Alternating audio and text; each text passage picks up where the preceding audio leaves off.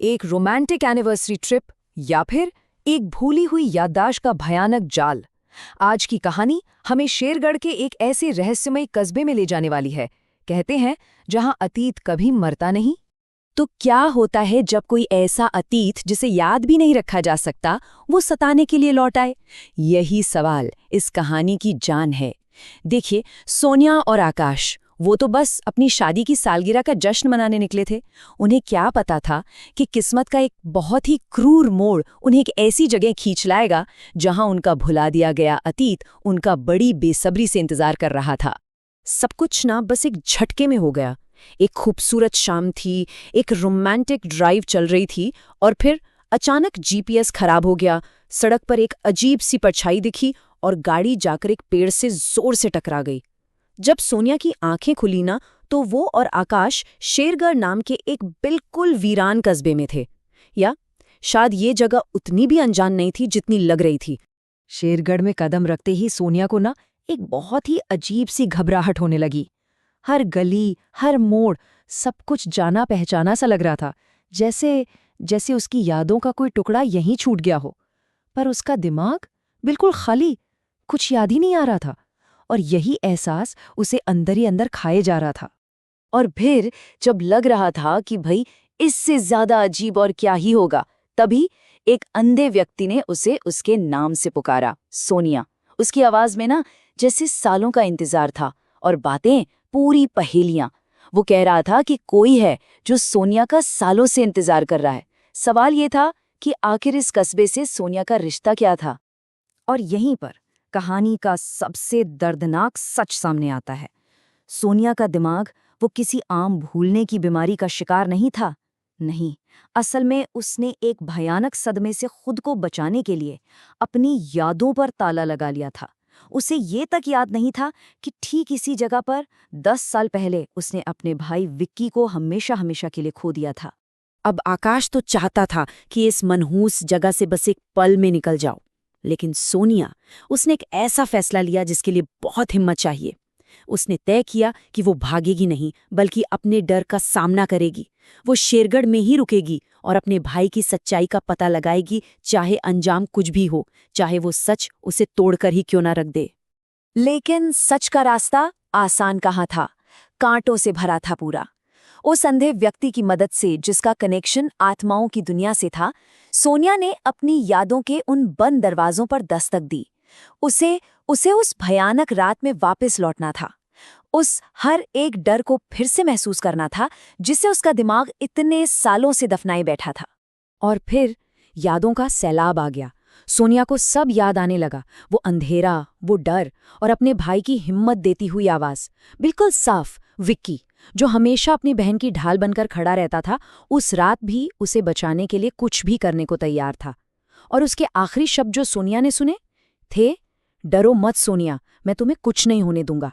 तो इस पूरी कहानी का विलन कौन था?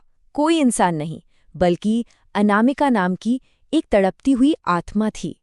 जानते हैं, वो कभी बच्चों को पढ़ाने वाली एक ट्यूटर हुआ करती थी, लेकिन जिंदगी के दुखों और अकेलेपन ने उसे एक ऐसी बदला लेने वाली आत्मा में बदल दिया जो अपने घर में आने वाले किसी भी बच्चे को कभी बाहर नहीं जाने देती थी। अनामिका की कहानी असल में बहुत दुखद है। सोचिए, एक माँ जो अपने ही बेटे से अलग हो गई, फिर उसके छात्र वो भी डर कर उसे छोड़कर चले गए, और आखिर में अकेलेपन ने उसे इस कदर तोड़ दिया कि उसने अपनी जान ले ली। मरने के बाद उसका यही दर्द, यही गुस्सा एक ऐसी खतरनाक ताकत बन गया जिसने उसे एक भयानक आत्मा में बदल दिया। तभी कहानी में एक और मोड़ आता है, एक और सच सामने आता है, एक ऐसा राज जो सालों से एक दोस्त के दिल में दफन था। पता चलता है कि सोनिया की बचपन की दोस्त माया वही थी जो विक्की को उस भुताहा घर तक ले गई थी। डर के मारे उसने ये बात कभी किसी को नहीं बताई, और अब मरने के बाद उसकी आत्मा बस माफी के लिए भटक रही थी। लेकिन इसी अंधेरे में उम्मीद की एक किरण भी दिखाई दी। पता चला कि अनामिका का वो बेटा अजय, जिससे वो बिछड़ गई थी, वो अभी भी जिंदा है।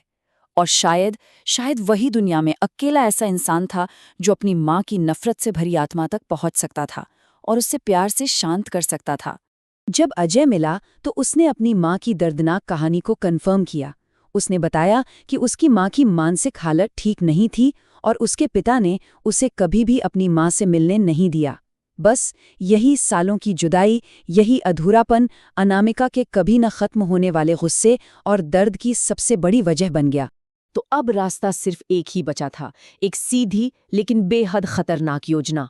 उस घर को हमेशा के लिए उन आत्माओं से आज़ाद कराने के लिए उन्हें अंदर जाना था, उन फंसे हुए बच्चों के कंकाल ढूंढने थे और उन्हें जलाना था। और सबसे मुश्किल काम, अजय को अपनी माँ की खतरनाक आत्मा का सामना करना था। जैसे ही उन्होंने उस मनहूस घर में कदम रखा ना, समझ लीजिए समय के खिलाफ एक दौड़ शुरू हो गई।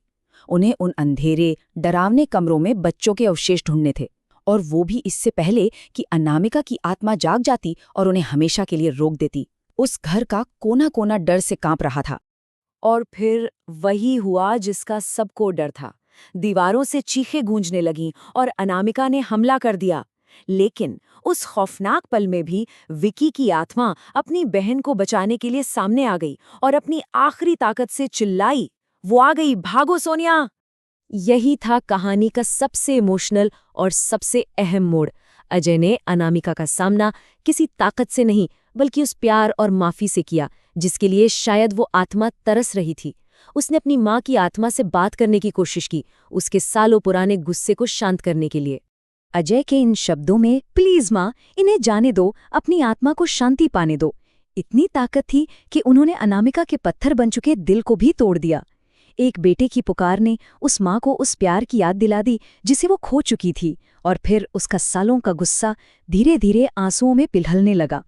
और आखिर में अनामिका की शांत हो चुकी आत्मा ने उन सभी मासूम आत्माओं को आज़ाद कर दिया जिन्हें उसने कैद कर रखा था। विक्की को भी इस बंधन से मुक्ति मिल गई और वो अपनी बहन को एक आखिरी प्यार भरा अलविदा कहकर हमेशा के लिए शांति से विदा हो गया। ये कहानी अपने पीछे एक बहुत गहरा सवाल छोड़ जाती है। क्या असली आज़ादी, फिर चाहे वो जिंदा लोगों के लिए हो या भटकती आत्माओं के लिए, अपने सबसे गहरे दर्द और डर का सामना करने से ही मिलती है? क्या कहते हैं? शायद जवाब इसी सवाल में ही छुपा है।